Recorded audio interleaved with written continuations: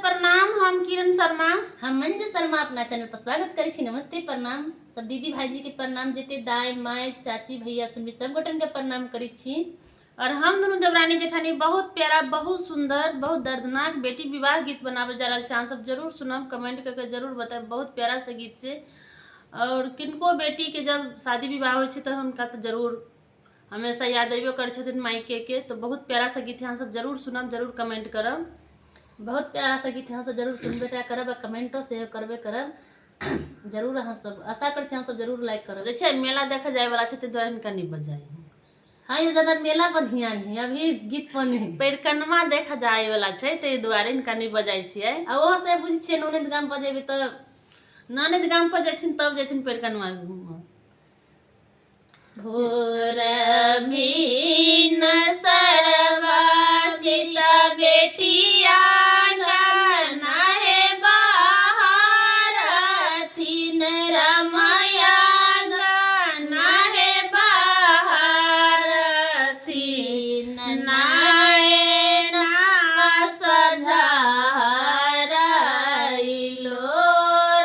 भोरा भीन सरवा सीता बेटिया गाना है बाहर थीन रमया गाना है बाहर थीन नायना सझारइलो घरा सबहारा भेल लाइया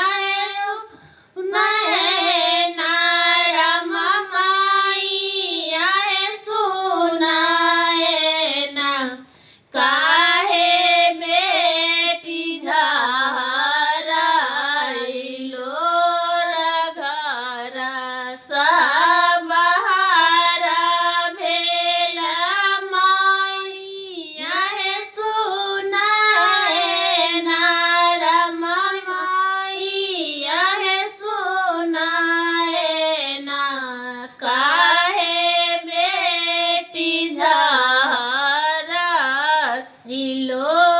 रजाही गोखिया गेया माँ भैया जी के जाना माँ भेला भैया जी के जाना माँ भेल ओही कोखी हमारो जनाम जाही कोखिया गेया माँ भैया जी के जाना माँ भेला भैया जी के जाना माँ भेल ओही कोखी हमारो जनाम भैया जी के लिखल गया बाबा के गे संपतिया